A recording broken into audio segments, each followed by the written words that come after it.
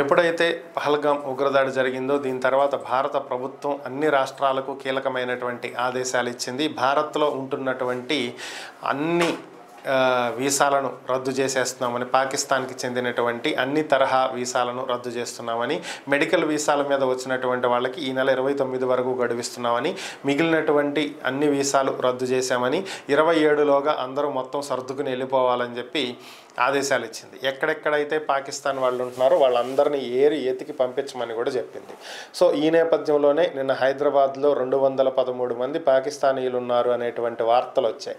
ఈ నేపథ్యంలో కొత్తగా ఈరోజు తెలిసినటువంటి ఒక అంశం ఏంటంటే, అందులో ఒక నలుగురిని ఇమీడియట్గా ఉన్న పళంగా వెళ్ళిపోవాలి పాకిస్తాన్కి అని చెప్పి ఆదేశాలు ఇచ్చినట్లుగా తెలుస్తుంది. ఈ రోజే వీసాలు రద్దు చేసేయడం కూడా జరిగింది. ఇమీడియట్గా భారత్ని వదిలి పాకిస్తాన్కి వెళ్ళిపోకపోతే చర్యలు తీసుకోవస్తుందని చెప్పి హెచ్చరించినట్లుగా సమాచారం.